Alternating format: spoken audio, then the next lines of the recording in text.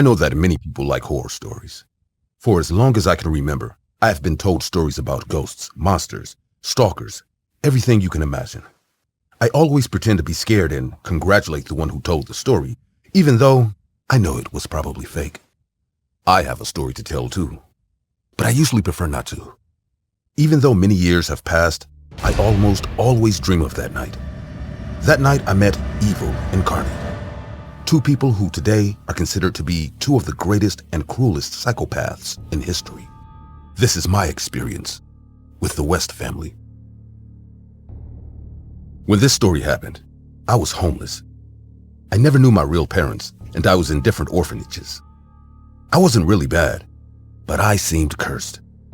No matter how hard I tried to be loved, every family would send me back to the orphanage. I began to believe that there was something terrible about me, that maybe I was just a bad child without trying to be. I thought I would never have a family until I was adopted by a family that would not give me back. A violent and dysfunctional family where my stepfather was an alcoholic batterer. One day, in the middle of a very violent fight in the house, I decided to run away. My step-parents discovered me as I was leaving, so I had to run away, leaving all my belongings behind. That day it was raining torrentially. It was freezing cold, and I, a 14-year-old girl, was totally unprotected and unsheltered in the street. I got to a busy avenue, and not knowing where to go, I stayed huddled on the sidewalk, covering myself with my hands to protect myself from the cold, and that's when they appeared. A car stopped in front of me, and two generous-looking people rolled down their windows and greeted me. They asked me if I was lost or if something bad had happened to me. I told them briefly what had happened at my stepfather's house, and they felt sorry for me and told me to get into their car since they could give me asylum, at least for that night. At that moment, I was grateful and happy. I thought that maybe my luck had changed and I had finally met different people, good and unselfish people. I really didn't know I was getting into Fred and Rose West's car. When we arrived at their house, they showed me into a spare room in the living room. The first weird sign I got was as soon as I walked in. The bed was made and the place looked settled, but it didn't look like anyone had been staying there for a while. Although I could see the couple's children when I walked in, none of them were in the room. Why would they be so accommodating for no reason? I thought that maybe this was a family obsessed with cleanliness. Who knows, every family is different. I asked if I could take a shower, and they told me I had to wait a few minutes for hot water. They closed the door, and I put on some dry clothes that they left for me. I threw myself on the bed to wait. I felt very tired, and almost without realizing it, I let my eyes close until I fell asleep. A few hours later, I opened my eyes. Something woke me up. I was surprised that hours had passed without them waking me up to take a bath. But surely they didn't want to disturb me. Or at least, that's what I thought, before I realized what it was that woke me up. Suddenly, I heard loud screams of pain. The screams sounded like children. The first thing I thought was that there was a family dispute and that I shouldn't interfere. But the screams went on and on. Something was wrong.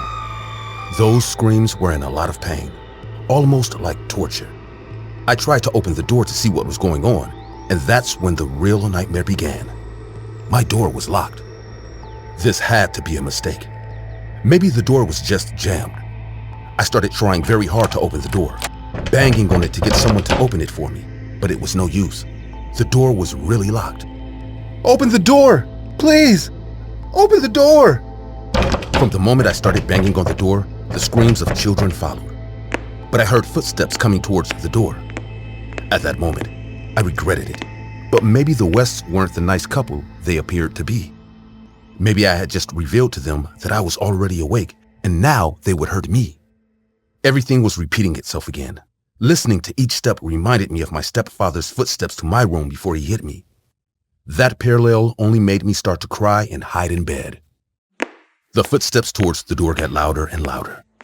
I couldn't hear anything else. I couldn't breathe. My chest hurt so much. Someone behind the door started to open it. I could hear how the lock of the door opened, and someone made a little force to open the door. I tried to scream, but I couldn't get any air out of my lungs. And when the door opened, there was a girl. The girl was my age or a little older than me. I didn't think she had bad intentions. She even looked more scared than me. Hey, are you okay? Yeah, I'm sorry. I heard screaming and I got scared. Why was my door locked? There's no time to explain. Those two people are dangerous. They want to hurt you. Come with me. Without questioning too much what was happening, I followed the girl. The first thing she did was to get to the exit door, but it was locked and the key was nowhere near. Suddenly, we heard a door slamming from the basement. Oh no! Let's go to the room. Come on! We entered a dark room and tried to escape through the window, but it was locked. So we locked ourselves in the closet. That was Rose and Fred's room. I couldn't see much, but with the little light coming in, it was easy to see that it was much more organized and nicer than the rest of the house, which in itself looked like a very poor house. As I watched, all my thoughts were interrupted by a shout. "Where are you?" Suddenly, I heard rushing footsteps throughout the house. Two people were running nervously. They were looking for something, or someone. Were they looking for me? Meanwhile, the girl and I stood in the closet scared. The girl was putting her hand over my mouth to keep me from crying. She looked terrified, but at the same time, she seemed used to it. That's when my eyesight began to adjust to the darkness and I got a better look at her body up close. The girl's skin was ravaged, full of bruises and scars, even more than mine. It was the first time in my life that I felt sorry for someone who was in worse condition than me. And yet, she was hiding with me, trying to protect me so they wouldn't do the same to me. "Where the hell are you?"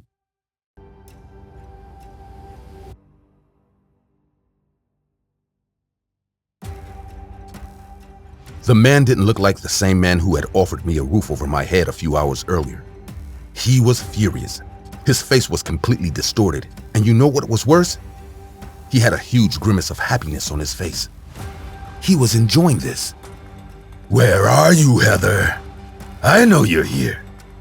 Did you try to escape through the window? Come on, escape. It's open now." The man started looking for us all over the room, behind the door, everywhere he could. When he finished searching, he looked into the closet and gave us a big smile. At this look, I let out a little cry that the man heard. It was now certain that he knew where we were. With the belt in his hand, he slowly approached the closet, enjoying every second before opening it. I was completely terrified. I didn't know what this man could do to us. We both hugged each other tightly as we watched Fred get closer and closer. His face was red. We could see his veins bursting with excitement as he slowly moved his hand towards the closet door. He was just a few inches away, and I was paralyzed with shock, prepared for an even worse beating than I was used to. I didn't know how it happened or how I reacted, but the other girl, Heather, looked at me with a smile and then lunged through the closet and tackled the man. Fred fell for a second, but grabbed her hair and stopped her in her tracks. At this, Heather nailed Rose's heel in his face and managed to distract him long enough to run.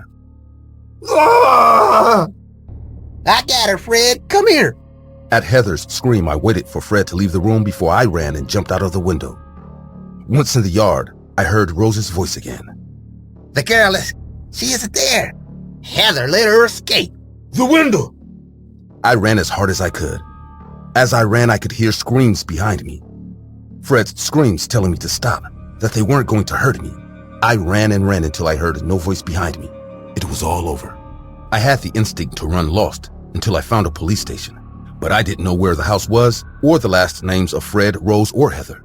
I didn't even know where I was. When I told them where I had originally run away from, the cops got worried about me and tried to take me back to my foster parents. When I told them what they were doing to me, they took me in and brought me back to the orphanage.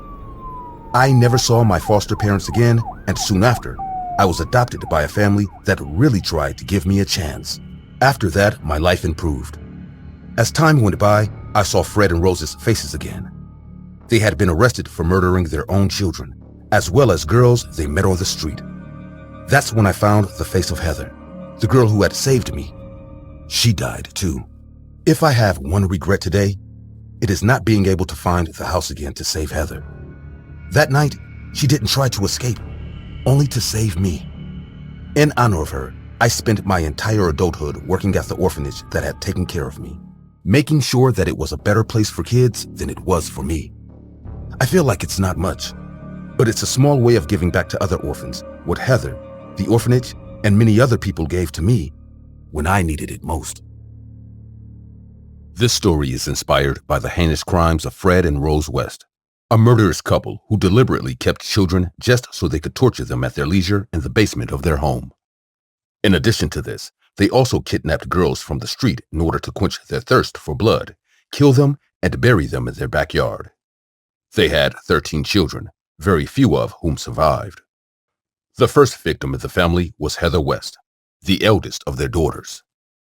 At first, Heather was the first of the daughters to reveal herself to her parents and try to make her siblings escape. Heather was murdered in 1987, which inspired her brother, Stephen West, to escape, turn on the family, and finally have them arrested.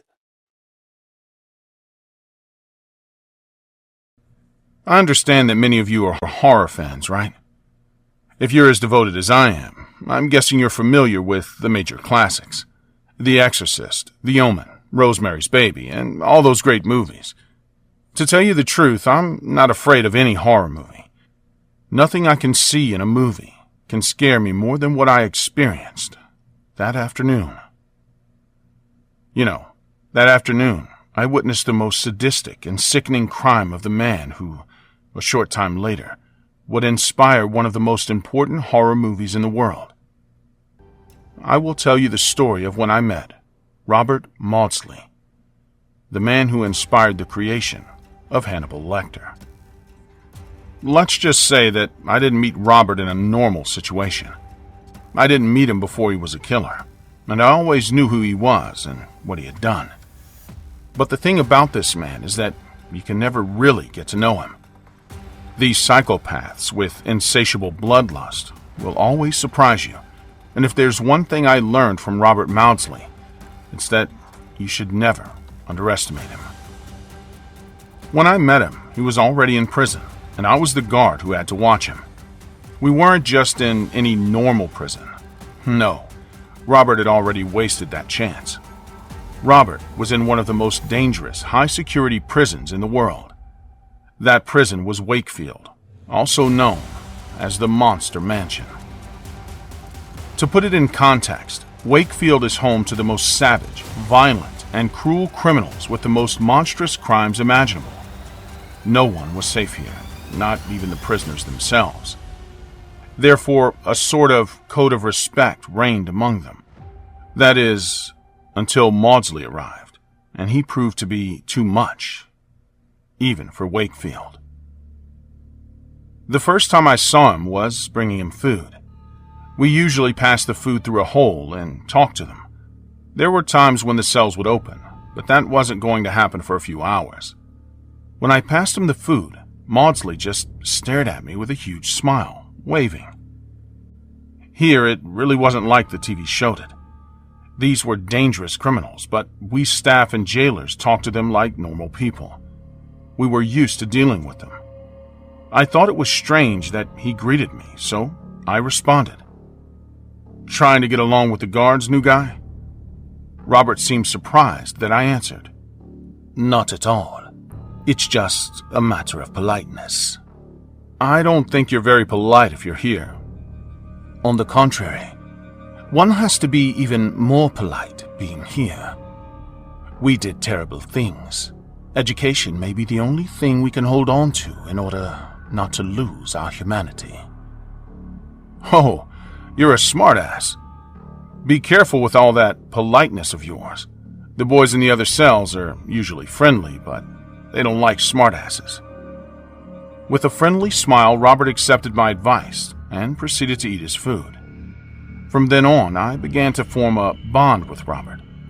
He would tell me about his childhood, how he was abused as a child, his happy time in the orphanage, and how his parents, after abandoning him, came looking for him years later, just so they could collect money from him. That's when Robert told me he had a mission. Kill everyone who looked like his father until he found his father, and then kill him. I knew that being in Wakefield he would never kill again, but I still listened to him. As time went on, Robert began to have a good relationship with the rest of the prisoners. He had, like, an aura. He was very nice and polite, but he didn't give you the impression that he thought he was superior. Little by little, we all began to trust him, until one day, he claimed his first victim in Wakefield. One day, a fellow officer was going through the prisoners' cells when he noticed something under Robert's bed. It was the body of another prisoner. When the guard alerted us, we all went to see what was going on. The body was that of another prisoner accused of torturing his wife. Robert had invited him into his cell, where he clubbed him in the head and stabbed him. As soon as he saw us, he innocently handed us the weapons with a big smile, telling us that he would kill 6 more prisoners. After that, no one wanted to go near Maudsley's cell. Everyone was afraid of him. That aura that made us all trust him was the same aura that made us realize that he was a truly terrifying person.